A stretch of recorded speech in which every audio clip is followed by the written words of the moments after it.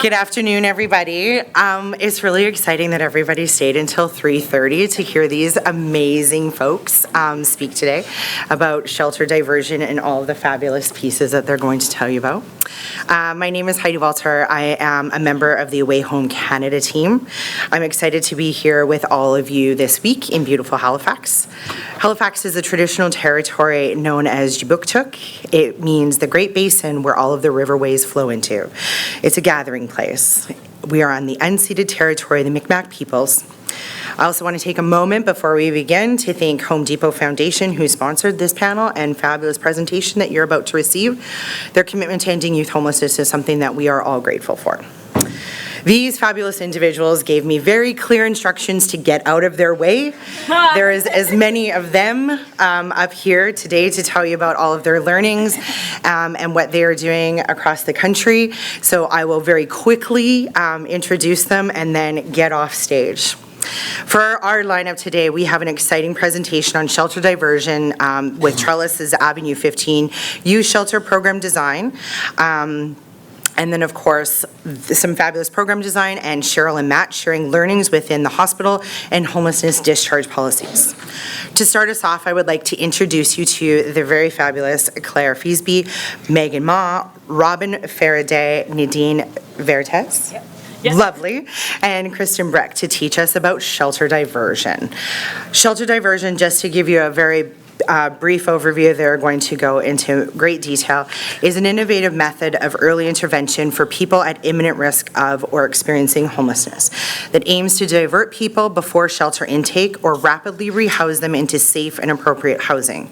In this presentation, you are going to learn what they're describing with their longitudinal studies, also on the effectiveness of shelter diversion for young peoples across 6 communities, including both large and smaller municipalities in Canada. They will also provide you a brief overview of the rationale of shelter diversion, share preliminary findings from the study, and discuss challenges and early successes. Take it away. Thanks, Heidi. As Heidi already introduced us and our study a little bit, my name's Claire Feasby. I'm a master's student at the University of Calgary doing a master's in community health sciences, and I'm also one of the research assistants for this amazing project, and these are my colleagues. I'll just say their names again. We have Nadine Vertes, Robin Faraday, Megan Ma, and Kristen Breck, and we all work in different capacities on the front line or in research or academia. So this is a national research project with many people involved in many different places, and we all have a little part to say today, and we're all very keen to share with you. So please bear with us while we kind of pass the mic around and share these privileges. So a bit of our agenda for this presentation, we'll go through some background, we'll talk about what is shelter diversion and what our study is. Then we'll go through some emerging data and developing themes and talk about some next steps.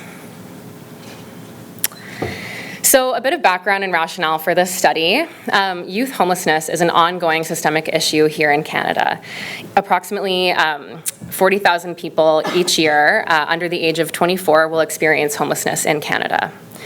Youth who do experience homelessness are also highly vulnerable to crime, violence, sexual assault, and chronic homelessness. So as Heidi also kind of said, shelter diversion aims to divert people before shelter intake or to rapidly rehouse them into safe and appropriate housing. Family reunification and respite housing are currently considered to be some of the more effective and evidence-based means of shelter diversion and homelessness prevention for youth. However, given these reasons how shelter diversion can be successful, it's also one of the reasons why it can be less successful for youth who are at the intersection of homelessness and refugee status or immigration status. Another critique of shelter diversion that we've definitely seen in some of our interviews so far is that it merely delays homelessness, or that for families, the diversion that happens is not really ideal for them and does not provide long-term solutions or supports. Overall, there's very limited research and scholarship when it comes to program models and the lived experiences of shelter diversion from youth. Okay. So a bit about our study. I have some of the boring methodological stuff to tell you, and then everyone here has way more fun, interesting things that we've found so far. So again, please bear with me, but we are conducting a longitudinal mixed methods comparative case study of shelter diversion programs at youth shelters in 6 communities across Canada, namely Calgary, Kelowna, Toronto, St. Catharines, Guelph, and Cambridge. So this is a participatory research project that utilizes ethnographic case study methods and a developmental evaluation to ensure we are capturing the outcomes of diversion programs. So in other words, what happened, as well as the process involved in implementing diversion programs, so how it happened. We're doing qualitative interviews with youth. So far, we've interviewed 45 youth and counting, 23 staff, and it says 2 natural supports, but I did a bunch of natural supports interviews last week, so that number is higher now too. We are also going to be attempting to do quarterly follow-ups with youth. Of course, that can sometimes present certain challenges given the circumstances of youth experiencing housing instability, so we try to do quarterly follow-ups, but sometimes we can't always reach the youth. Then we will also be doing an analysis of intake data and local shelter data to identify returns to homelessness after shelter diversion. So this project really prioritizes the lived experience and expertise of staff, youth, and families who will ultimately guide decision-making. We anticipate multiple outcomes from this study, including a diversion program model for best practices, maybe some webinars, and hopefully a toolkit that can be implemented in youth shelters across Canada. As this research has a participatory approach and engages people experiencing structural vulnerability, it was also really important for us to prioritize a human-centered design to this study in the form of our amazing Youth Advisory Committee, which Megan will talk about a little bit later. And I'm going to hand it over to Nadine and Robin now to talk about some differences in program models with the sites that we're working with. Oh, yeah. Hi. So really early on, when we were all kind of getting to know each other and learning about the different diversion models across sites, something that we found is that for the most part, a lot of the organizations kind of understand conceptually diversion quite similarly, so this idea of looking for safe and appropriate alternatives to housing, but in practice, each site really looks different. And so one of those stark differences that has kind of a huge impact on program and in particular program outcomes is how diversion from shelter is defined.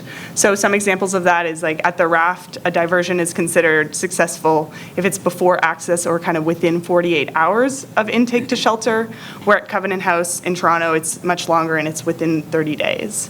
And then some sites like Wyndham House and Argus have kind of less strict definitions. So for example, at Argus, diversion from shelter is defined if a person is diverted from shelter prior to access or kind of shortly after. So it's my understanding that that's usually less than a week, but it's more in these cases like up to the discretion of the staff, which is more dependent on kind of that reason for stay. So for instance, if a young person is looking for is needing to access shelter for a couple of nights because they're maybe waiting for transportation to out of province or out of city to reconnect with a family member, kind of that would be still considered a diversion regardless of the time.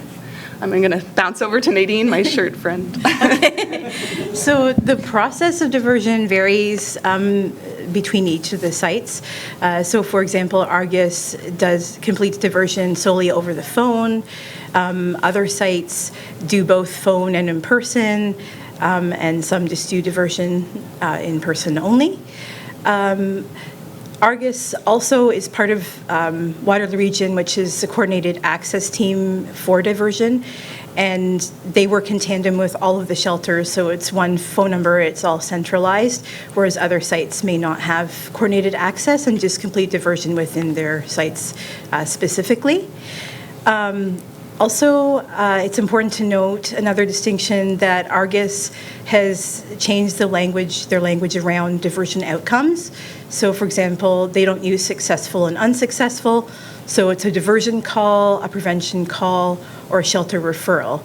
I think the idea is just to be more neutral, and so to make people feel they're not failing if they weren't diverted from shelter, or if the workers haven't failed the people that they're serving as well. And Argus also breaks down calls into prevention calls and diversion calls. So a prevention would be, say a person's trying to access from another region. Unfortunately, there's residency policy and they're not able to access. So we prevent them from coming to the region and accessing our shelter system. A diversion call is, sending a person to a safe space, family, or respite house. And I'll pass it back to Robin. Yeah, and then one kind of other contrasting area in program models across sites that we noted was in follow-up and kind of supports for folks who are diverted. So again, for example, at the Raft, when a young person is quote-unquote successfully diverted from shelter, they're also connected with a youth reconnect worker for follow-up and kind of provide with that case management services in the community. And at Argus, they do kind of a shorter-term follow-up with diversion clients. So that's usually kind of more of a check-in within a couple of days. And then at Wyndham House, diversion is accompanied with quite a variety of wraparound services and care at their youth hub. I guess all this is just to say that there's a lot of differences and similarities across our sites and give some examples, and that's something we're really hoping to capture in our study as well as account for the best that we can. Cool. And on to you, Megan. Great. So I'm going to talk a little bit about our Youth Advisory Committee. So the Youth Advisory Committee is guided by one of our research team members. He is not here, so instead I'm presenting. So if you have questions about the Youth Advisory Committee, I probably can't answer them. So our Youth Advisory Committee is made out of several youth from all of our different sites. They're all lived experience experts and have had experiences with homelessness and shelter diversion. They have been involved through every step of our research. Several of them were recruited through the research assistants and some of the previous work that we've done within the homelessness sector. So we asked some of the past clients that we've worked with to be a part of this process. And others were recruited through the interviews that we did and them just showing interest in being more involved with our research. So we've brought them on as part of the Youth Advisory Committee. So the Youth Advisory Committee has reviewed our recruitment process, our research questions, our consent process. As we've kind of been developing a code book, they'll be looking over that as well and over our findings. Really what we want to do with this Youth Advisory Committee is have their experiences at the center of this project.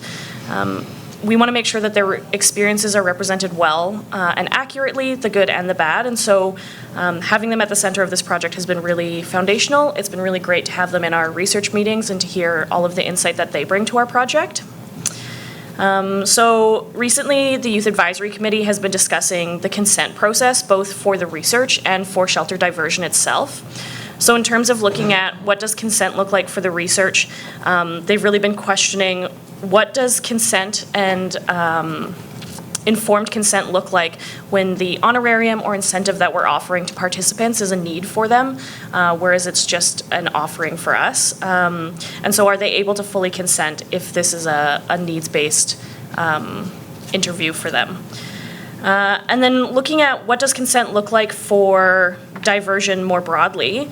A lot of the youth have been talking about their experiences of having to disclose a lot of personal information just to be offered very low touch or no support and no follow-up. And so what does consenting to giving all of this information look like? What does it look like when you're not really sure if you're getting any support or if you're getting very little support? And is it really ethical for us to be collecting all of this data? So yes, that's our Youth Advisory Committee. Okay, so I'm going to be talking about some of the emerging themes that are coming out in the early phases of coding transcripts. The first being youth awareness of shelter diversion. Youth are actually most of the time engaging in the diversion process themselves prior to accessing support. although they're not labeling it as diversion. So when asked to reflect on the diversion process, one youth said, "I knew what these housing options might be, I just needed to hear it from somebody else." Another youth was able to acknowledge in retrospect that there was accuracy and merit to what the diversion worker was suggesting, and that they were right in the long run. Social structures have an impact on youth awareness of and access to services, and in turn, diversion support. Some of the youth interviewed could have avoided housing instability if they would have been aware of or given access to the necessary supports and services prior to experiencing their housing crisis. When reflecting on the diversion process, one youth talked about being unaware of the available supports in their community and said, "I have a lot of things that I didn't have a year ago, and I honestly wouldn't have any of it if I didn't get that phone call. One phone call changed my entire life." So another theme that is emerging is safety and youth risk evaluation.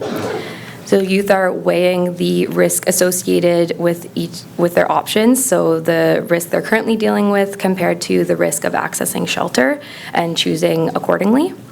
So the youth's concern for their safety and their perception of that risk is the key determinant of their willingness to access supports and services and diversion. It's the safety concern associated with accessing the shelter system that can be the reason they find alternate housing for themselves prior to even inquiring about supports or reaching out initially for shelter support. When asked about diversion, one youth said, "It helped me think of my long-term plan, about the consequences of my actions and choices. Through being connected with services, I was able to get the support I needed to get my shit together, and I didn't end up in the shelter." There's also themes emerging from the analysis of staff interviews, and these are echoing the themes of the youth interviews. So safety concerns within the shelter system, impacting the potential number of youth who could be diverted to a more stable and safe housing placement. When adopting an intersectional lens and analyzing how social constructs can further compound the impact of safety for youth, it highlights the way diversion promotes safety. One staff said when talking about diversion that it would be particularly helpful for a transgender client who is nervous about coming to the shelter. They don't feel safe at the shelter, they don't feel safe at home. Another staff emphasized that it's necessary to have a support system that can provide low-barrier, person-focused support to make youth feel safe, especially when asking for help. One youth highlighted this, sharing, "Staff told me things happen, it'll be okay. It's okay to ask for help. She didn't treat me like a client, she treated me like a person."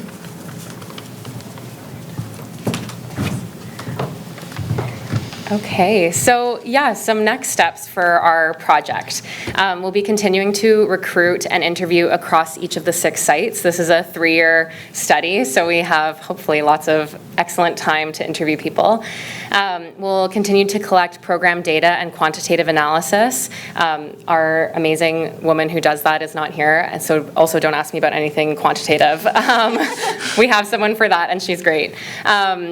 We'll be moving to shared and common data and code books. This is something that we've been really grappling with, given all of the differences in program models at all the different sites. We're kind of talking about, can we even have a common code book? We'll continue an iterative process of qualitative coding. We're all going to meet at the end of November in Toronto to go through the coding process together, given that we're all across Canada. We'll continue identifying themes and quantitative data roll-up and analysis, and then making sense of that data and scaling it up for practical implications and applications. Yeah, I know everyone up here is very passionate and interested. A lot of us are students or former students, and so if you guys have any cool tidbits or want to talk after, I know we'll all be very keen for feedback and for chats, but yeah, that's all from us right now. Thank you so much. Opening up the square, because we're so many people. Stay right there. No, you can stay with, yeah, okay. Thank you, Claire and team. So next up, we have Melissa Morrison and Kat Main, Innovative Supports in an Emergency Youth Shelter. So Avenue 15 is Calgary's only emergency youth shelter and has implemented innovative practices that support shelter diversion, natural supports work, and harm reduction practices within their program. This presentation from these lovely ladies will walk participants through their service delivery model, including successes, challenges, and learnings that they have implemented with this new model. They will also discuss the new provincial shelter framework that is being implemented in Alberta. Take it away here. We just need to get our PowerPoint up and running here.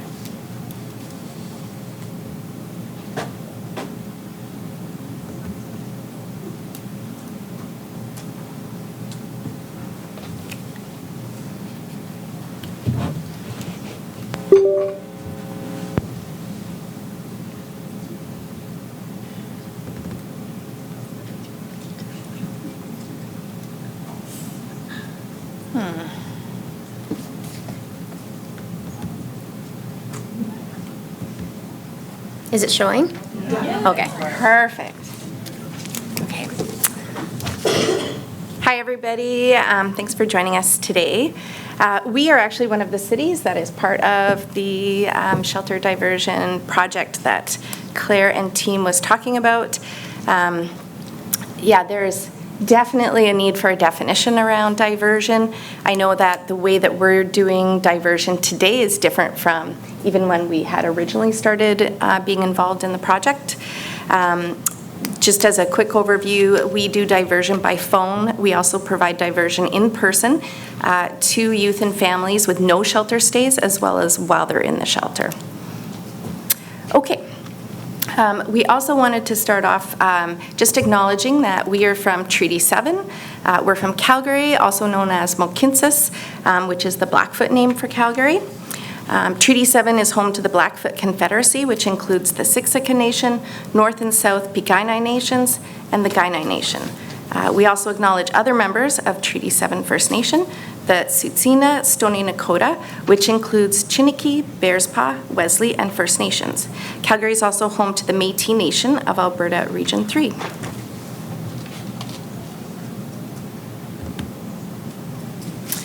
Just quickly, a brief overview of who we are as an organization. The majority of our services, approximately 65%, are focused on homelessness and housing supports.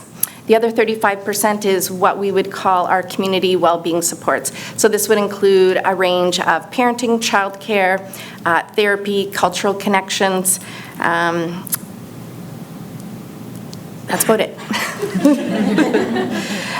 We do provide a variety of diversion services. So we provide diversion services directly at Avenue 15, our shelter, but we also provide some outreach diversion where we work in the community with youth who are up to age 24, and we partner with the adult shelters in Calgary to prevent older youth from accessing adult shelter. We also provide a little bit of family diversion for families who are, perhaps they just got an eviction notice, or they're trying to make a really hard decision between, do I pay the groceries, my rent, or the utility bills this month. So we have some barrier removal funds along with some other supports that we can support families from ever experiencing homelessness. But today we're going to talk about the youth diversion.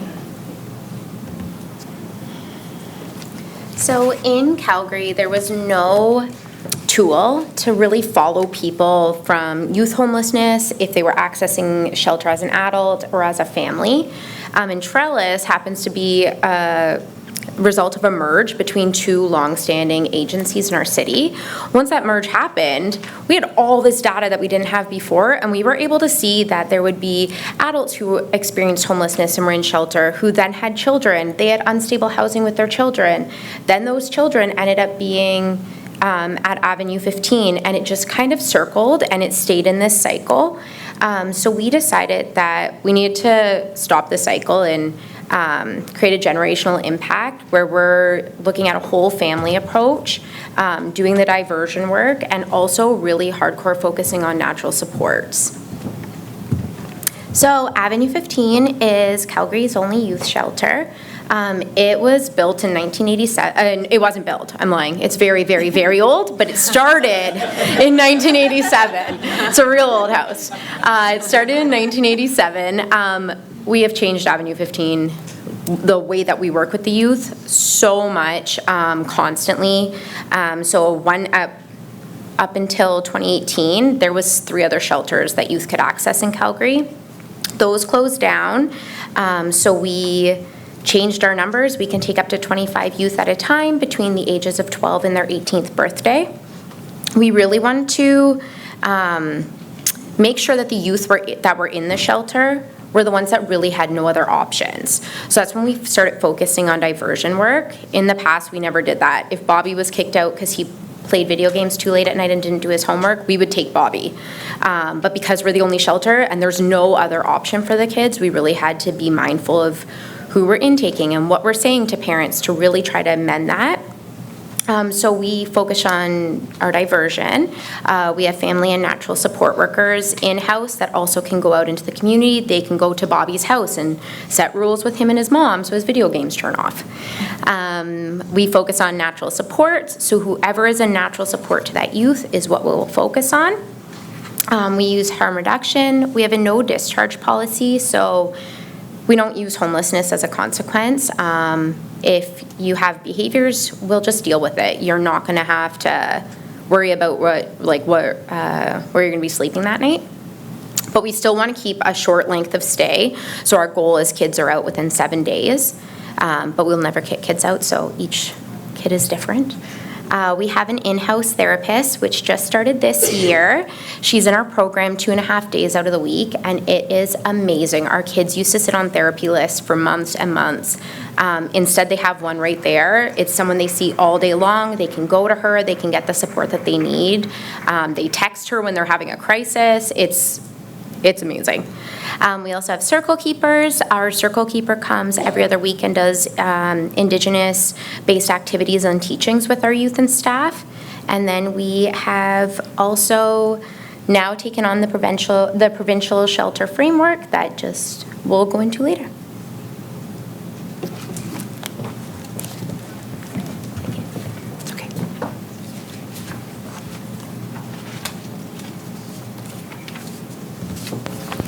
So we're gonna just share a quick story from Serena. She's very sweet. She recently recorded this for us so that we could share this in our presentation today. Just to give you an idea, at the time that Serena accessed us, she was 15 years old. Today she is 18 years old, so that was 3 years ago. And I'd say that was kind of when we were getting on a bit of solid footing with our diversion and family and natural supports work. So you hear a little bit about the impact of that, and I'll share kind of where she's at today after. I was 15 when I showed up to intake at AV, and I was terrified. I knew AV couldn't be worse than living on the streets, but I was still scared. Scared of the unknown, scared that I would settle in and they would kick me out. The first interaction with staff at AV was crucial to me. It allowed me to feel safe enough to intake there. Going through the intake process was intimidating, as the staff asked you what happened. But instead of accepting my parents' version of events, they took a chance on me, allowing me to have a roof over my head. After the intake, I was taken to my room.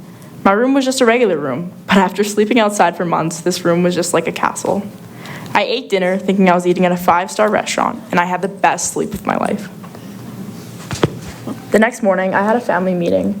My parents showed up, and my case manager talked with us all. Instead of just listening to my parents, she listened to what I had to say, what I felt, showing me that I mattered too.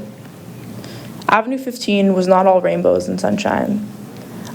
I was still a teenager, but also a street-entrenched teenager that was angry. I acted out countless times, but every time I fought or would break things, the staff would allow me to calm down and comfort me. Even though I would get shelter hours as a consequence, I knew I was able to come home and sleep.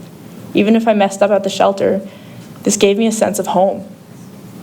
When I was finally able to transition to group care, me and my Avenue 15 case manager sat down and formed a plan. A plan that if I ever get angry, a plan to continue my education, a plan for me to continue getting medical treatment.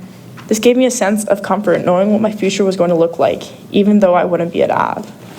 After living in group care, I struggled immensely with addiction issues and was asked to leave my group home. So I returned to AV, and again, we stabilized me and made a new plan. I then transitioned again to a group home and struggled with the staff. I returned to Avenue 15 on and off through that time when conflict arose, but after some time, I was able to successfully stabilize in group care, allowing me to transition to independent living.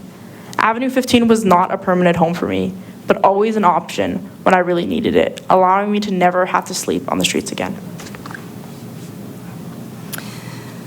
So when Serena came to us, she had experienced childhood trauma and struggled a lot with emotional regulation. And so you can hear her talking about some of her acting out, but with our no discharge policy, we worked with her through that. And the next morning we had met with her and her family. It did turn out that she was experiencing abuse from her mother, and her father was unable to protect her because he had challenges with his functioning due to his autism. So she did go into care with Children's Services, but we maintained connection with her and supporting her and her dad. Today she's 18 and she is living with her father. So in a way, a success story that she's living with a natural support. She has that system and she's connected. But also it took 3 years to kind of get there. So it's definitely big work and can take some time. I was 15 when I showed up to. There we go. Also, if you cried from her story, she would love a photo of people crying from her story. Yeah, she requested that. This is our Avenue 15 data from last year. So we intaked 120 youth into the shelter, but we also worked with 140 youth that never spent a night in the shelter at all. Overall, 182 family and natural supports were served between our diversion and our in-shelter youth. 31% of all of our shelter stays had natural supports outside of Calgary. This is really new for us. This started happening during COVID. We started getting kids from outside of Calgary, but also outside of our province and even outside of Canada, which has been wild. So working with natural supports outside is also a little bit hard. 32% of our youth had spent the previous night with a natural support, and 37% of our youth were discharged to a natural support. So we always want to make sure that those natural supports are what we're looking at first. Yeah. And I think we've spent a lot of money on bus tickets, getting kids home to different cities. And flights. And flights. I just wanted to say a little bit about the journey of our natural supports approach. It's key to our diversion work, but it was really a journey to kind of implement and get there. We began in 2018. We had the support of 2 external organizational consultants, and we also assigned one of our internal program managers who really understood families and the natural supports work. We assigned them as the change lead, so they were there on the floor coaching our shelter staff, turning into this new approach. Really big challenges, particularly for shelter staff in the olden days. They really saw themselves as, I'm there for the youth. I'm a youth worker. And they were a little bit scared of family work, and so that was really challenging. With the natural supports approach, one of the key principles is a harm reduction approach to relationships, which was also really challenging for staff, and that I'd even say is still challenging today when you ask a kid, who's the most important person in your life that you can rely on? And they're like, it's Daniel, and you know Daniel is the exploiter. So how do you work with that to first not allow that relationship to go underground by denying it? You can't hang out with Daniel, he's bad. But how do we teach them how to safety plan, build boundaries to manage that relationship, and eventually move away from it? Data collection has been a really big challenge as well. When we first started implementing diversion work, I think we had started with, okay, what is diversion? It is if a kid never stays or stays one night only. And then that's kind of evolved, and now we're kind of at, okay, well, we want them out in 7 days or less. So that's what we're working with today. I think as we carry forth with the big national study, we're going to get more clarity on kind of what that actually looks like in terms of best practices. Maybe we'll find out what's the ideal critical time intervention. We'll see. Other things that also really helped us during implementation of the approach was the consultants designed toolkit for implementation for us. And that was really helpful in looking at us in terms of an organization around our change readiness. Were we really committed to the resources it took to successfully work from this approach? Also, a lot of it was around that self-reflective work with staff understanding kind of the biases that they were bringing to the work and how they could shift those when they're working with the families and with the kids. And here we are 5-6 years later. I'd say we're doing pretty successful work, but we're still kind of learning and adapting as we're going. And even our diversion family natural support worker at the shelter, we're constantly adjusting that role to see how we can pivot, particularly during COVID when some of the needs changed. Today we have 135 youth and family members who were supported by FNS work in our last fiscal year. And then separate from that, we were able to do 140 diversions over the phone. This is just a quote from one of our staff who was part of the implementation process in 2018. Previously, we only saw natural supports as a barrier, but under this approach, I see that we created that barrier. We now invest just as much into a youth's family as we do into them, and now there are more options for youth to exit the shelter. Oh, one thing, my favorite story of when we were implementing it, and one of the staff realized we couldn't tie staff to the shelter for natural supports to work. They had to be able to go out in the community and meet kids where they're at and meet families where they're at. And one of our staff was working with a kid and the mom, and they were not speaking to each other at all, but they had agreed to go to a movie. So the staff went to the movie and sat in between mom and the kid, and they watched the movie, and we're like, okay, we got some family time in.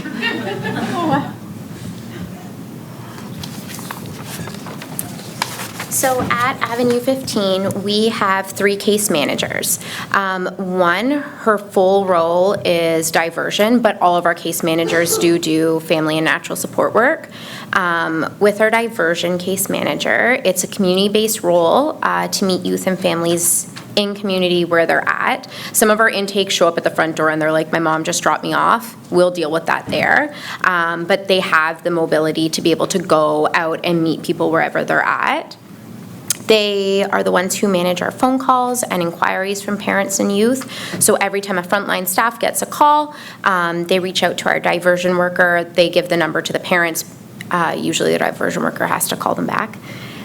We use a diversion script for all of our phone calls. So it's very straightforward of the risks associated with your youth accessing shelter. We try to get as much information as possible, so the youth's name, age, family's information. Our diversion worker also decides which youth are intaked into the shelter. So is there a chance that Bobby can just stay at his auntie's for tonight and then we'll come and work with you in the morning? If a youth is going to be sleeping outside, we're never going to make them sleep outside. We'll intake them. But we just want to make sure that there is no other option first before we do that. The diversion worker is also responsible for the intakes with our youth that are staying at the shelter. And then again, 31% of our youth have identified as their family and natural supports were out of the city. So it is a lot of emails, phone calls. We had a young man come during COVID from Hawaii. Showed up in Calgary, don't know if you've been to Calgary, but it's cold. Showed up in Calgary during one of our coldest snaps. It was a snowstorm. Mom called me from Hawaii and was like, he's getting off the plane, he doesn't have mittens. Do you think that he could take the bus? Our airport is nowhere near transit. I was like, we're picking him up. There's no way he can be taking the bus without his mittens. But it's a lot of dealing with different time zones. Parents might be calling you at 9 at night, but that's because it's the morning there. So we just have to flex our schedules based on the family schedules as well.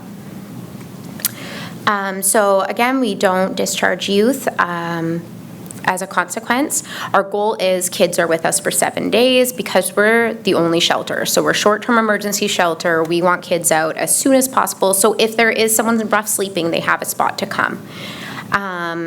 Last year, our average length of stay for Children's Services youth was 24 days, and for non-Children's Services youth, the non-Children's Services youth are usually the ones that are there because of a family breakdown. It was at 10 days, which is pretty good.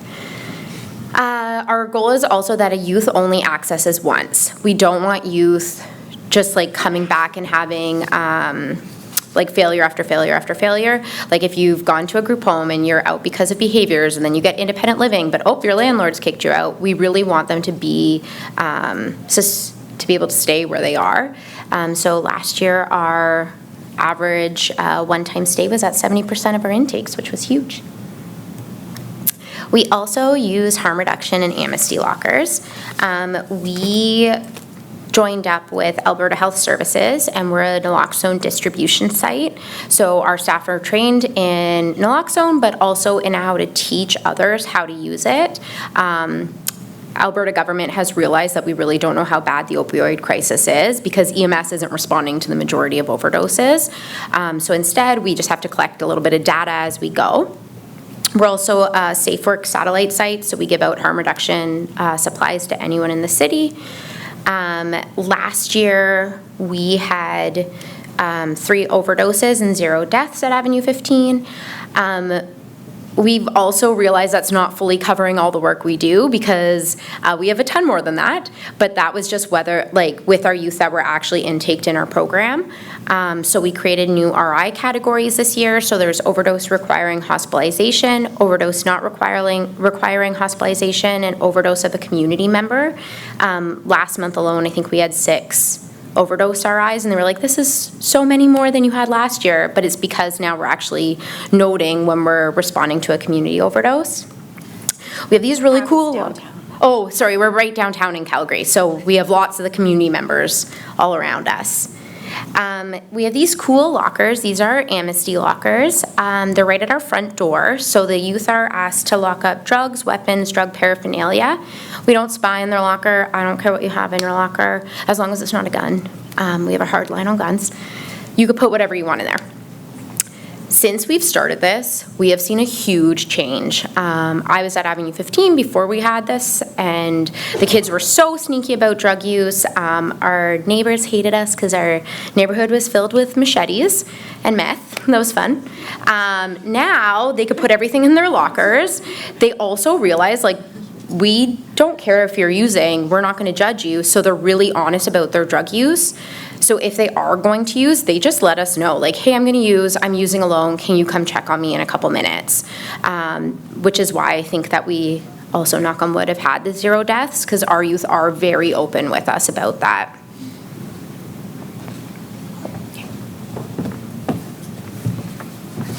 Lastly, we just wanted to share the provincial shelter framework that's being implemented in Alberta. This was created with input from many agencies and shelters across Alberta. So this is kind of what we're following now with our program at Avenue 15. The idea will be that there'll be consistent practices across the province. So the first one is prevention focused, diversion first and foremost, if not then to be rapidly rehoused. And the focus is on diversion and prevention using a natural supports approach and building caregiver capacity to support youth to stay where they're at. Family and natural support involvement. Recovery-oriented and barrier reduction. We know that youth are less likely to access shelters than adults, so the barriers really do need to be low. Focus is getting kids connected to a variety of services that will prevent or end their homelessness.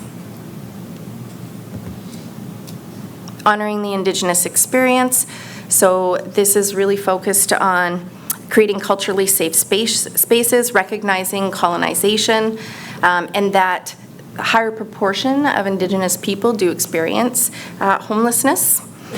So this would be focusing on hiring more Indigenous staff and providing more cultural support. So this is where we're bringing in our circle keepers in the agency into our shelter. Emotional and physical safety.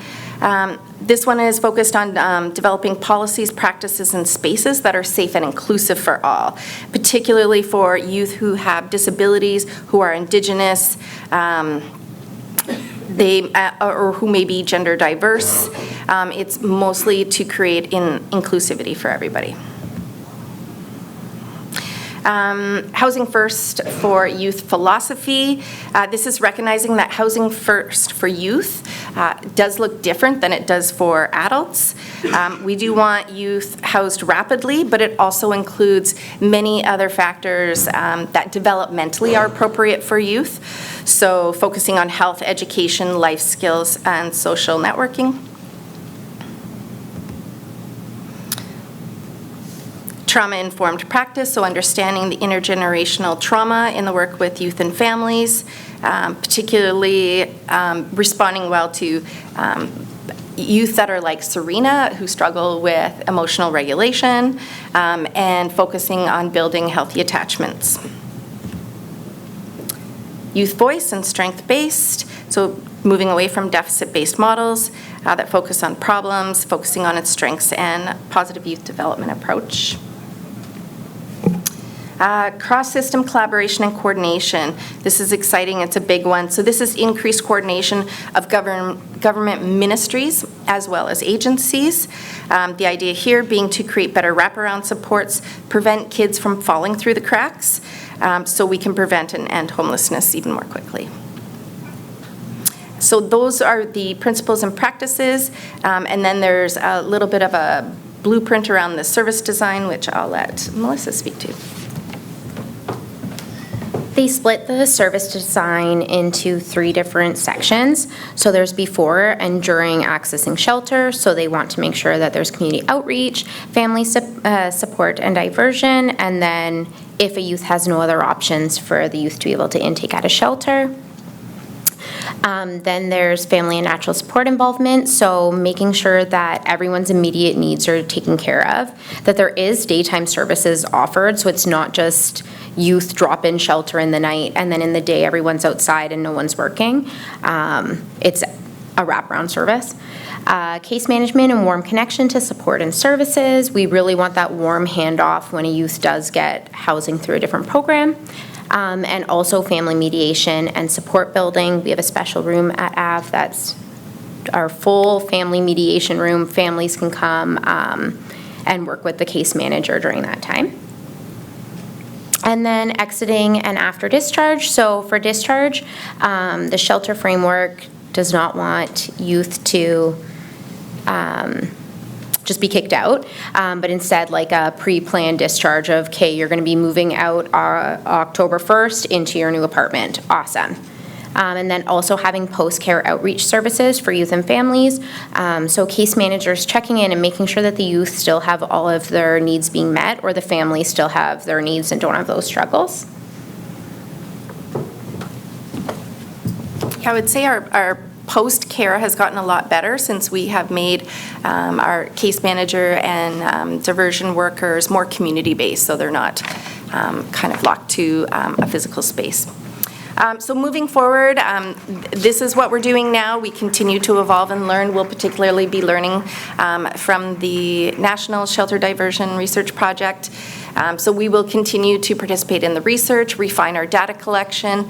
We'll continue to assess the impact of our family and natural support staffing model, adjust as needed, continue to enhance our clinical and Indigenous supports within the shelter, making them accessible not just to the youth but also to the family members. Thanks for joining us today.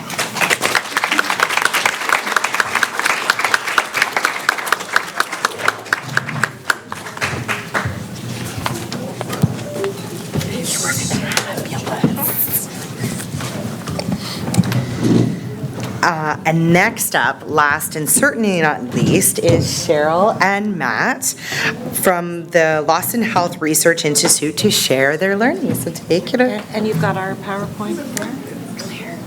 Which one? I don't know which one it would be under. Great job, that was so good. Okay. Harvey, McDowell. No, it wouldn't be any of those, but it was sent to head.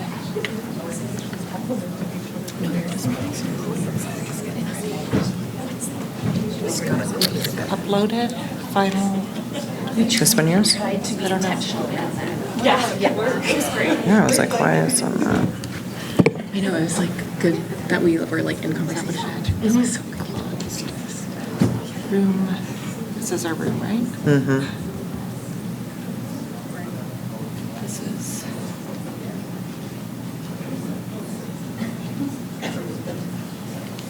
This is our time.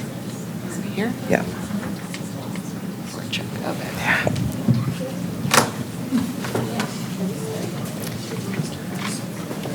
That was to give you a moment to contemplate the issue of preventing discharge to homelessness.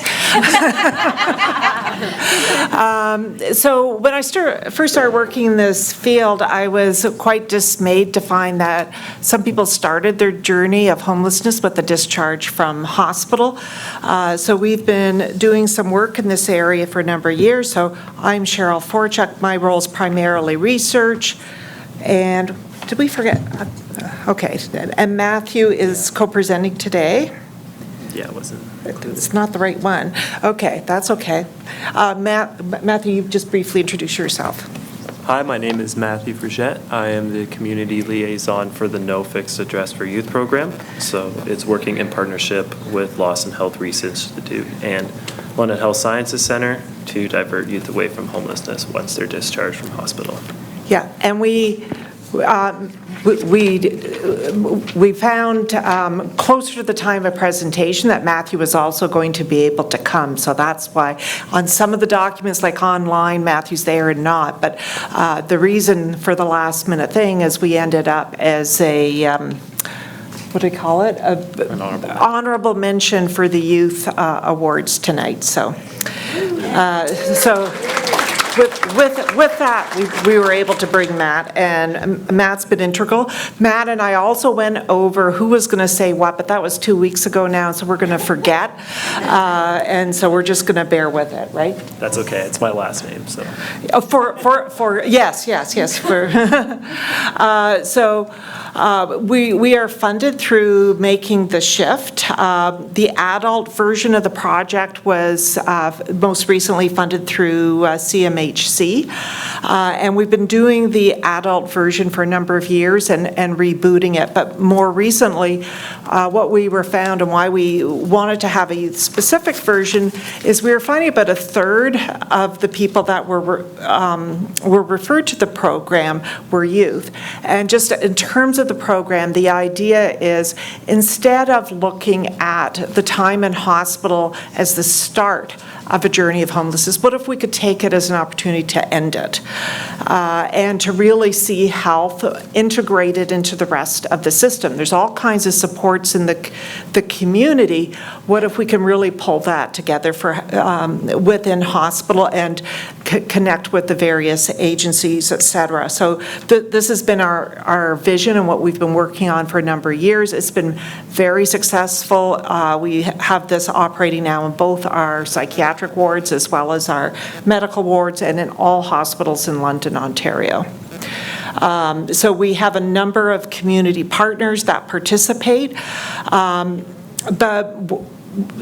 some of the community partners we really brought stronger on board for the youth version, such as Youth Opportunities Unlimited, where we've seconded Matt and the Children's Aid Society, just as some examples.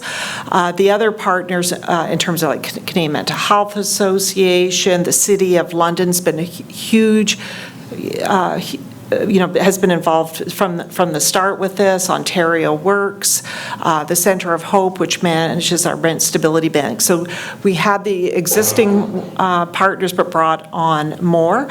And I will say too that the City of London picked up the staffing for the adult version. So although we run it as a research project, we start off kind of covering a number of expenses, but then shift to have it maintained. So for the evaluation, what we wanted to do from a research perspective was really evaluate the effectiveness of this youth-specific model. And, really specific, so if youth were age 16 to 25 and they're referred to the program, then they would go to this side, basically, of the program. And as the idea is to help inpatient youth who are at risk of being discharged into homelessness, even if that meant they came in homeless, that we would try to work to find them housing on discharge. And again, it's across our hospitals. Was I going to do this one or you? I think I was taking the next one. Okay. So we do know that 20% of the youth in Canada are comprised of youth, and you can see these numbers. Probably anyone who's interested is already familiar with this, but I think most importantly is the issue that when you're talking about youth and homelessness, they have different needs than adults. And this was why we felt it was real, and what kinds of services you need to connect them to, and this was why we really wanted that youth version. So this one's really good. Yeah, so Cheryl is alluding to as well, the unique needs of youth are separate from the adult version, and just some varied levels of the unique supports that would be available would be education supports, obviously. The difference between Ontario Works and ODSP, the amount of income that would be coming in for, say, private market rentals or any other affordable housing options would obviously limit the type of housing that an individual could access. Children's Aid Society would be another one based on the source of income as well. Youth sector employment opportunities, as youth are obviously coming up and starting to get into the youth work sector and trying to build a career for themselves. Sex trafficking is another unique youth. As we have on-site at Youth Opportunities Unlimited anti-human traffickers that work specifically with youth who are connected to Children's Aid Society and who may not be connected to Children's Aid Society. And the last one is obviously housing based on lack of tenancy history and various needs for co-signers as well too. And we should mention, in terms of Youth Opportunity Limit, the lead agency, they also have several social enterprises, so they can do the education even on-site. If we get them into those programs, they can get into social enterprises in terms of employment. So it's great, but community partner. Yeah, I can touch base on that a little bit more so as well too before going to the next slide. So we have our employment center, where we have job placement opportunities for youth who are looking to enter the work field.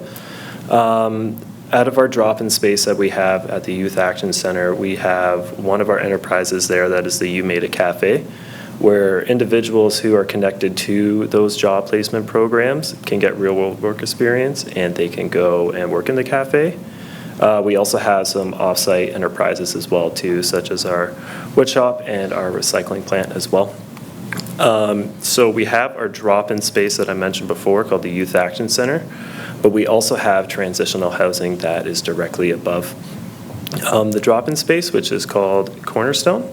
And we have the transitional spaces for youth that are looking for a temporary option to live, and those are for 1-year lease agreements. And we also have our apartment side, which if youth graduate from that program, so to speak, and there's availability, then they could be offered for that as well.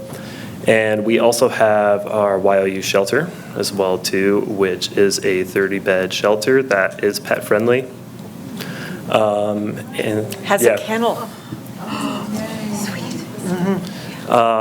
So that has been integral as well too with No Fixed Address for Youth, as there is a direct correlation between diversion from the hospital to the shelter. So say if a bed does become available, I would connect with our team lead at the shelter, Amanda Olton, and I would let them know that there's a youth that's going to be potentially discharged, and if there was availability for them to hold a bed until space does become available. So that has been a huge stepping stone and a great bridge from hospital into transitional housing and moving on into permanent housing. So, and moving forward, as I kind of touch base on the shelter, staff from YOU also assist with access to long-term housing options, various supporting housing options within the City of London, as this project is specifically for London Middlesex community, looking at private market rentals and any other various housing options.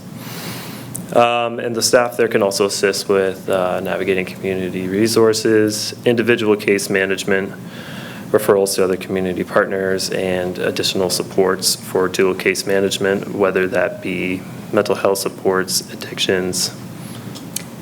And despite all these wonderful resources at YOU, one of the things we were surprised with initially, that sometimes we'll get people in hospital, they may have already experienced homelessness, but they may be couch surfing, they may be doing something else, and we're not linked in to the program. So again, it's an opportunity to pull people out. Oh, I think it was. Oh, did I? Sorry. But again, as mentioned before, we obviously support with financial assistance or applying for a financial assistance through Ontario Works or Ontario Disability Support Program. And as Cheryl mentioned too, it was also working in partnership with the Salvation Army through the Housing Stability Bank to help youth attain grants and or loans for first and last month's rent as well too. Yeah. So I don't, if you wanted to touch base on the research. Yeah, and when we talk about being together, like every other Tuesday at 1, we're all talking together as well as other contact. So for the research methods, we have several sources of things that we are looking at. One is just simply the administrative data, so that there's data as people are referred to the program, what their characteristics are, whether or not they're successfully housed, not housed, et cetera. And also to determine changes in the rates of discharge from hospital to homelessness. And really, as I say, we've actually done a great job in London at keeping this to a minimum. One of the things I'm most proud of with this program, we had an outside consultant a number of years ago, was looking at our mental health programs and said, there's a strange reluctance in London to discharge to homelessness.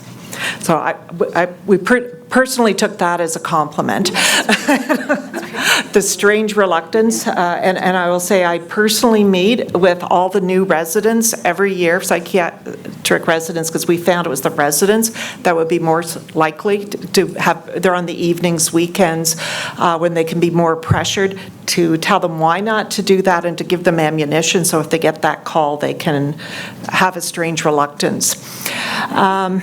So we also, some people, if they are willing and wanting to, we can do more in-depth interviews with them.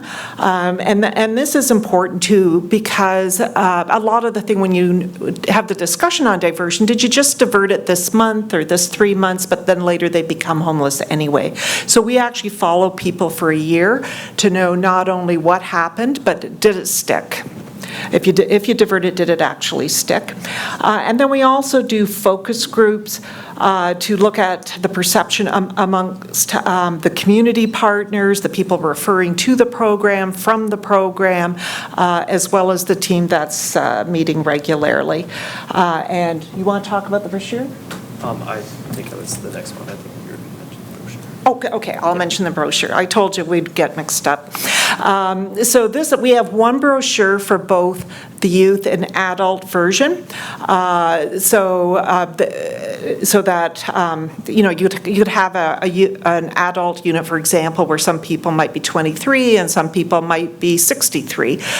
So regardless, they just have one brochure. They have a very similar poster on the walls on the various units in the hospital, so that people can, to remind social workers, et cetera, discharge planners, but they're also in visible places so that people themselves can see that help is available and self-identify. Just seeing, oh, well, there actually is a program to help with this, because sometimes people will use their last address rather than actually identifying there is no address. So we feel having the posters up, the brochures up, is a way of making sure people know that this is a conversation we're very willing to have and want to have. And we have some wonderful results thus far, so Matt has to present this part. Thank you, Cheryl. And as we have to run afterwards, we can go back to that slide of the brochure if anybody wants to take a photo of that, and we'll post our contact information as well, too. But since stepping into the role since April of 2022, out of the 48 unique individuals that were met, 45 were be able to divert from homelessness, and that's just not one-time diversions. This could be multiple diversions. 10 are currently living in private market rentals within the city and or outside of the city. 2 were matched and are currently living in our Cornerstone transitional housing that is directly above our drop-in space, as I mentioned. I think these stats were mixed up as well, too. So there's current. Speaking to it. Yeah. So there's currently 3 youth that are in our YOU shelter right now, and then there's 13 that have returned to live with their family. 1 youth is still currently in St. Leonard's Community Living Transitional Housing.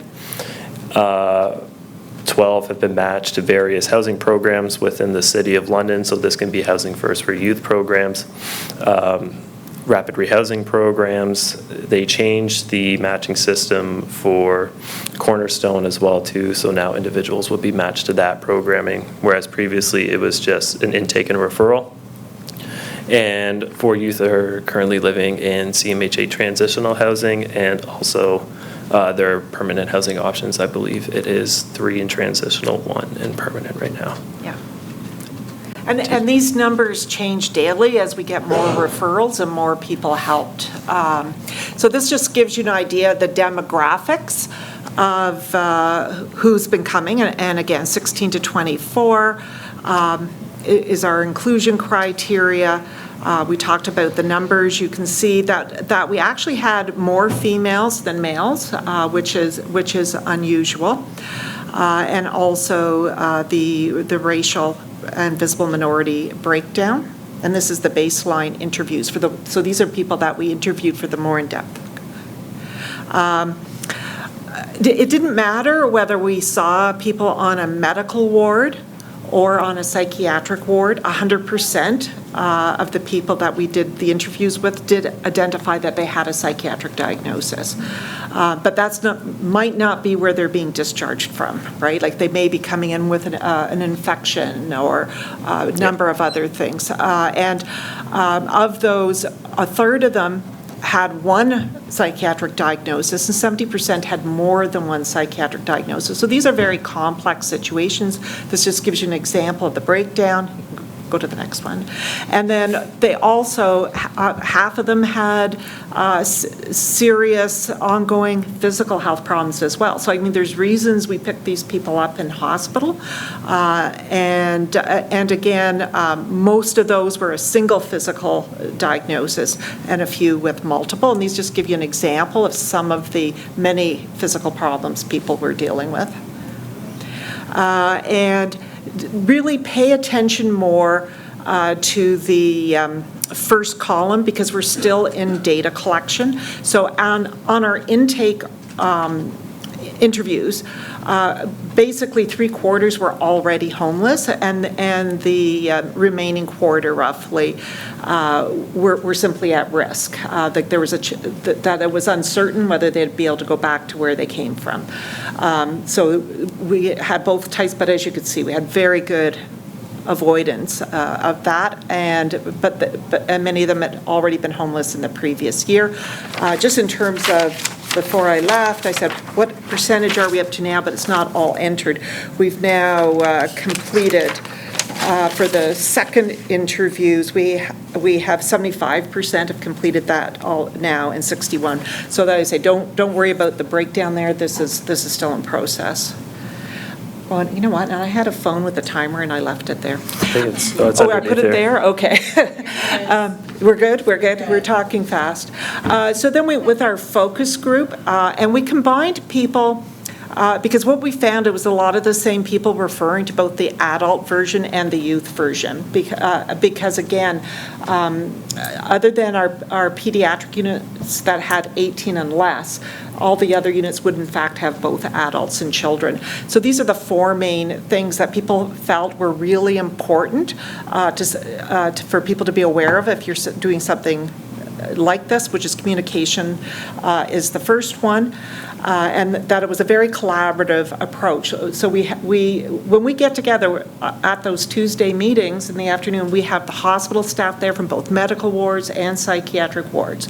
We have Matt there. As a researcher, I'm there. We've got Ontario Works, like the income support there. We have less frequent meetings with a larger advisory group, which also includes youth with lived experience that are participating in that. Salvation Army, Rent Stability Bank, the City of London in terms of the other Housing First programs. So, and any issues that arise can be formally discussed, as well as there's a constant contact between these groups. Someone comes in, and just to give you an idea, one of the things we find that so often people come in only on Ontario Works, but they really would be eligible, and you look at those health things, they really would be eligible for disability.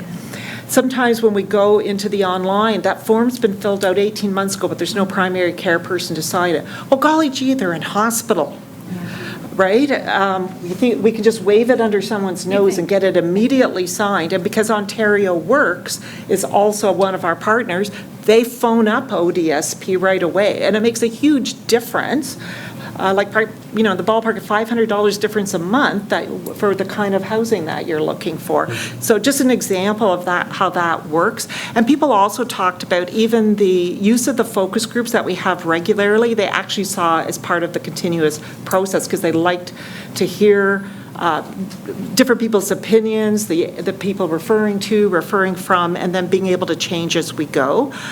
So the collaboration, a lot of these really overlapped around engaging. And a lot of the care providers said having those youth with the lived experience on the advisory group adds that invaluable perspective. So we don't have a separate youth committee. The youth participate together with the people from these agencies, so they can say, hey, but when you do this, it feels uncomfortable, and here's why. And enough youth so that they feel they can speak up. The coordination that despite all these agencies involved, when you see those brochures or those posters, there's one number for adults and one number for the youth, so that the people making referral don't have to figure it out. And then we coordinate from there. So the use, and then, as I say, the HIFIS, that's where, say, someone in hospital would end up learning that they needed that on the other form signed. So these are just some examples of the quotes from the focus groups. What's gone really well is the actual amount of people that have been supported into housing through our diversion and prevention efforts. And that the program's been so successful. It's just to let you know, this didn't come from a focus group, that we're running towards the end of our funding period, but the hospital is now picking up, because we seconded Matt from Youth Opportunities Unlimited, the hospital is now picking up his salary to sustain that. So we did. And this is our goal. Like, if we have a good intervention, we want it sustained, right? So we were really, so that's why our adult version, the City of London picked it up, and for the youth version, the hospital picked it up. So again, we also, if people are interested, when you see our contact information on the next slide, we've actually developed an implementation guide, because we've published many versions in the past of our, of the great results we have, but people say, but how do you actually implement it? So we've developed some tips for how do you actually implement this. CMHC is going to be having that on their website, and Reaching Home said they're going to also highlight this. But these are some of the key things we again have in that implementation guide is, again, how do you develop the communication, collaboration, and coordination. And for communication, if you're starting, is to recognize people were talking, like at the keynote at lunch, about the feeders into homelessness. Unfortunately, hospitalization can be another feeder, discharge from hospital where it's not looking at. And so we're reversing that. We're not a feeder. We're a scooper out. And then collaboration and coordination, as we've already talked about. This is my contact information, Matt's contact information, and Ann Peters, our research coordinators, and any one of us could send you examples of the posters we put on the wards. We could send you the link and the information on our implementation guide or our Or the brochures for the adult version as Yeah. well, too. Okay. If anybody does want to see that slide again quickly. Do you want me to go back to the brochure? Yeah, maybe just go back quickly, and then if anyone wants to take a quick Oop. picture of it, Yeah, feel free. But that, or take the picture of the ones with, do you want me to leave that for a sec? Okay, I don't see any cameras out. Oh, I do see one camera, two cameras, okay. You got it? Okay. And then if anyone wants, oops, that one, if you need to get a hold of us. So thank you for listening.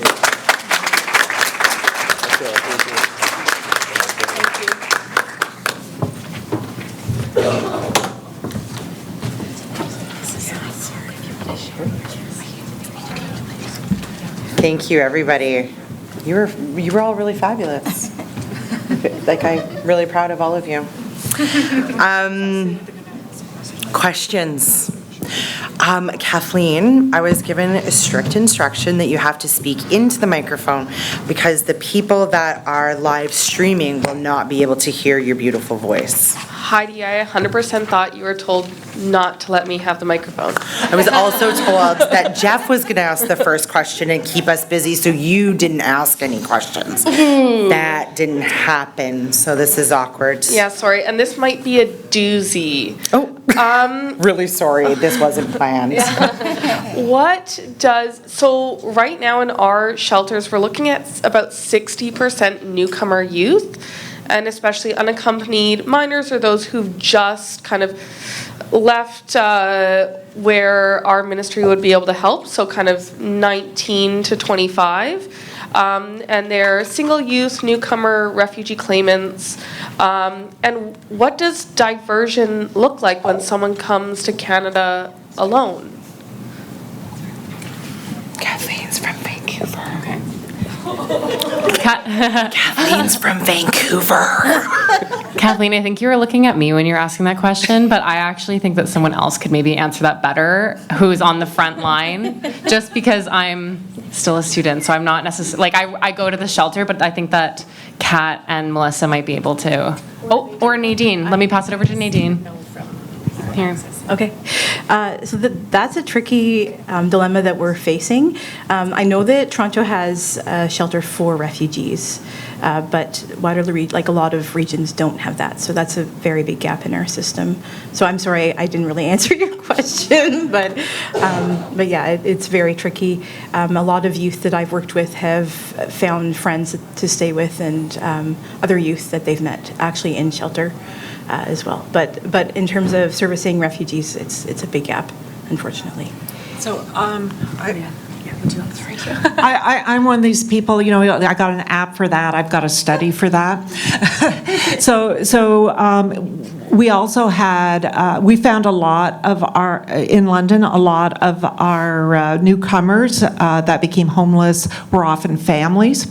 And so what we did in the shelter there was, and we do have a paper on this, by the way, too, if you want that email, I can send you the paper that we did. I'm fortunate, I have research staff that speak 21 languages.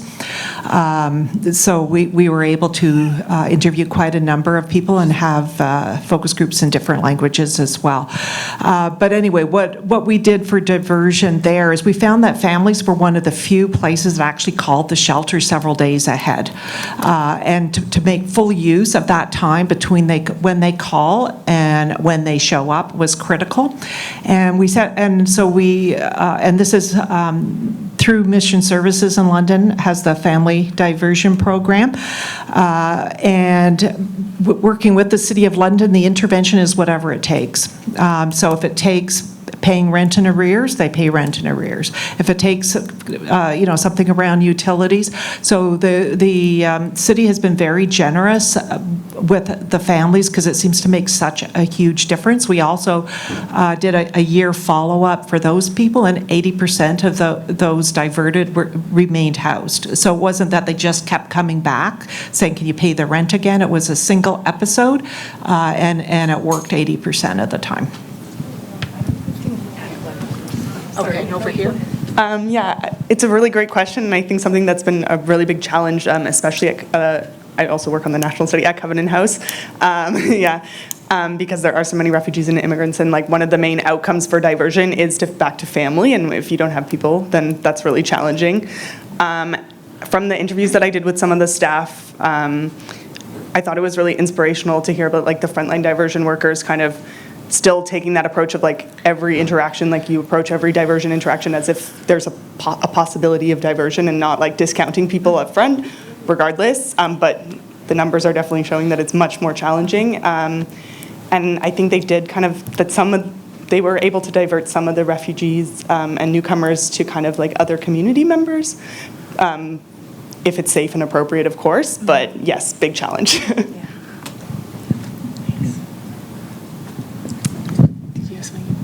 Hi, my question is, so I think you mentioned some of the stats of where some of the youth are currently housed in London that came through your diversion program, and you mentioned about being matched to city programs. I wondered how quickly those matches happened, and whether there's prioritization criteria from hospital to allow those to go to the top of the list. I'm assuming those are like by name list matches? So through our information system, through HIFIS, there are certain things that the city flags or takes a look at for an individual to be matched to a various housing program. So we kind of know like the tips and tricks of how to get youth matched to housing programs relatively quickly.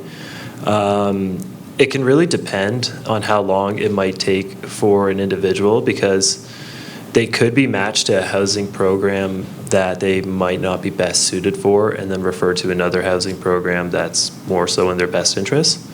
But I've seen people get as matched as quickly within a month, a couple of weeks, but sometimes depending on the situation, like I mentioned before, it could take a little while for them to find the appropriate program. And then that's also like dependent on if there's space within that program, if they're a suitable candidate for it, various other circumstances as well too. So it could be quick or it could be slow. It's really dependent.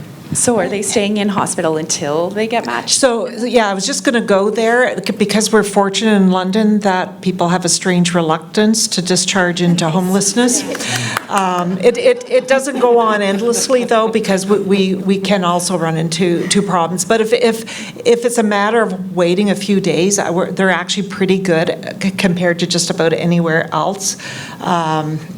To actually delay the discharge, which we actually consider to be a very good thing, not a bad thing. If it's going to be a long thing, then Matt also has access to that youth shelter. So. Yeah, that's been a very great bridge for us as well too. Like I mentioned in the presentation, delaying the discharge from hospital so that they can get transported directly to our YOU shelter so they have a place to stay and they don't have to experience any form of homelessness has been significant. And then they either can engage with the staff there for working for housing supports, or they can engage with me as well too. So that has been. So the 45 isn't diversion from shelter, it includes those that went to shelter. But that youth shelter is private rooms. Yeah. It's not what it. No, I've seen it, it's beautiful. Yeah. Yeah, and so that like sometimes that's an interim point depending on how long for. Yeah. Okay. Sorry, and one quick follow-up. Is the reason why the hospital is funding it because they have that reluctance to discharge and they see that this is cutting down their days? Exactly.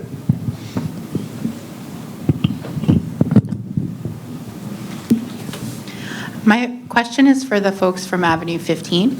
I'm just curious if we can hear a little bit more about your no discharge policy and how you might deal with incidents, like more serious incidents like violence or, exploitation in the shelter. And then also sort of another one, where do they go after the 10 days? That's like a huge question for me. Thank you. I'm glad you asked because this is my favorite thing.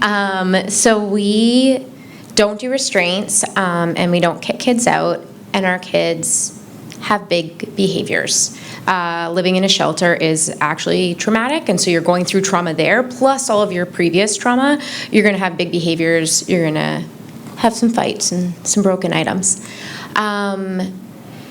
We use natural logical consequences, so you punch a window, your hand hurts, we'll help you bandage up your hand and you just have to sweep up the glass.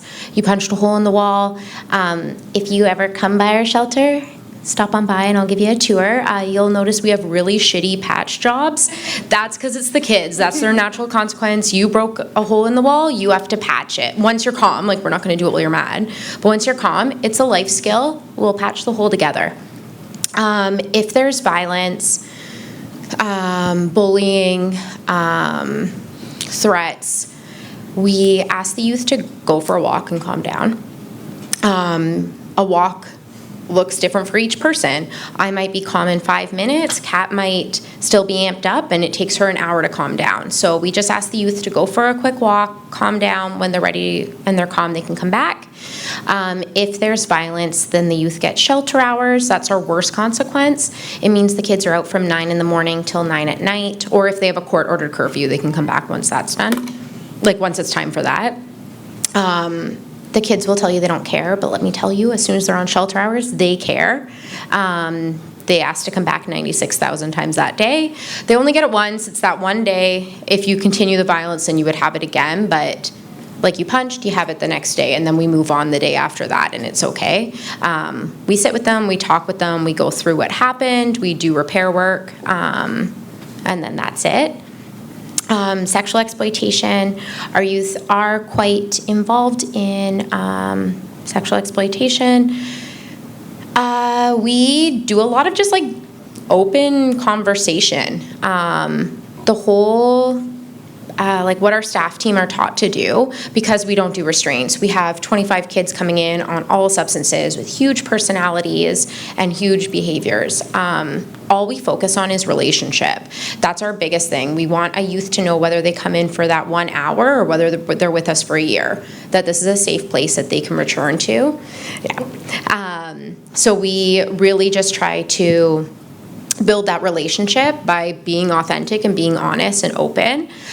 So our youth usually tell us, if they're scared about sex traffickers, and they'll be right now there's this guy that they think is involved with it, they come to us and they let us know, and we're involved with a detective. She'll come to the house, she just is plain clothes, she'll meet with them, let them know what they have to do to be safe, how at risk this is. There's different programs within Alberta as well. There's a 30-day court-ordered secure facility for youth involved in sexual exploitation to keep them safe in that immediate. If someone's heading to the airport, we're going to get them sent there instead, and then they're going to be safe for a month without being able to speak to their exploiters.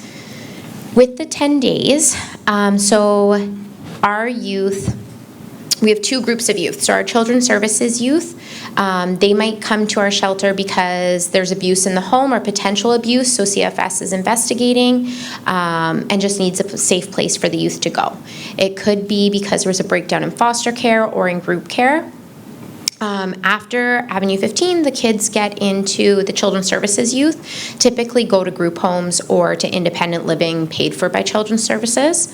And then our other group of kids, there's a questionnaire that anyone experiencing homelessness in the city can do. It gets you on a housing list. So that's what we do with our youth who we're unable to build up the family and natural support. So if someone is 17 and they moved to Calgary from Ontario with their boyfriend, and now they've broken up with their boyfriend, they're stuck in Calgary, they're not going back to Ontario because they have a good job, we'll hook them up with housing that way. Each person's completely different though, so it just depends on each situation. I'll just add that one thing that we're trying to build capacity in through our trauma-informed training is helping staff learn how to teach social emotional competencies to youth. So a lot of that is around emotional regulation, relationship repair and building and things like that. So that's something that we're also focusing on with our staff training as well. Really appreciate your question, because while we were standing here, my boss is sitting in the back, and she loved your question so much that she said you should write a blog about that, Heidi. So I appreciate you, because I have another blog to write. You'll all be able to find it on the Canadian Observatory of Homelessness website and Away Home Canada, probably in the next 3 or 4 weeks, so thank you. Yeah, that's her.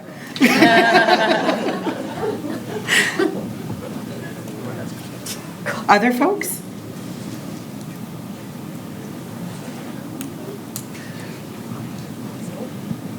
I was gonna, you mentioned your family, that you're fine-tuning your family and natural supports staffing model. Wondered if you could talk a little bit more about what that currently looks like.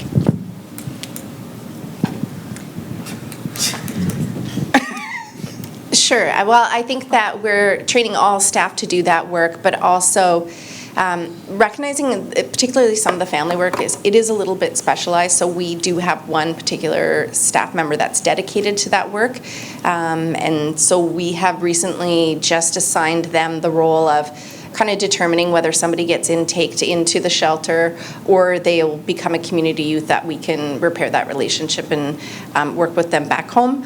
I think we've tried to have more than one natural supports. We've kind of adapted and adjusted depending on the numbers of kids coming into shelter and the needs at that time. I don't know if you want to add anything else. Am I answering your question? Okay. Yeah.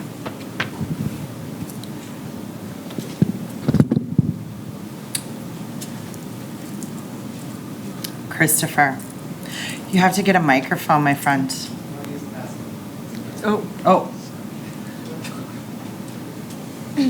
Hi, so I had a question about how are youth involved in the organization? Are there some peer support workers, or is it a plan, or for anybody? Well, we can kind of touch base on that, since YLU is strictly a youth-based organization. There are various peer support programs that go on within our drop-in space. There's tons of activities that come throughout the day, so it's not just limited to our programming as well, too. We have a plethora of housing support workers that are within the space as well. But there's always community engagement going on. There's always something within the other organizations that is going on, and we have a bulletin board as well too of varied events that are going on. So usually more times than none that there is something going on rather than there's nothing going on at all as well. So.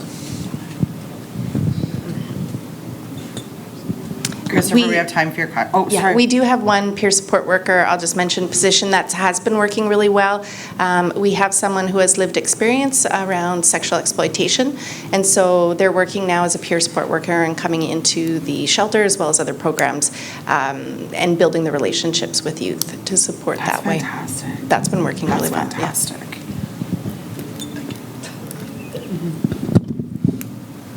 Christopher, do you want to go? You're good? If it's fast. The people can't hear you that are streaming.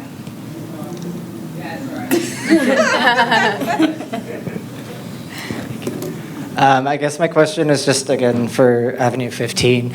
I think you had mentioned two different things that you had. One was a toolkit for FNS that you guys are using, and the other was some sort of call list for diversion. I was just wondering if that is something that you're able to share. I work for an organization that is in Yellowknife. We're very secluded, and just kind of looking for resources for other staff that they may be able to use.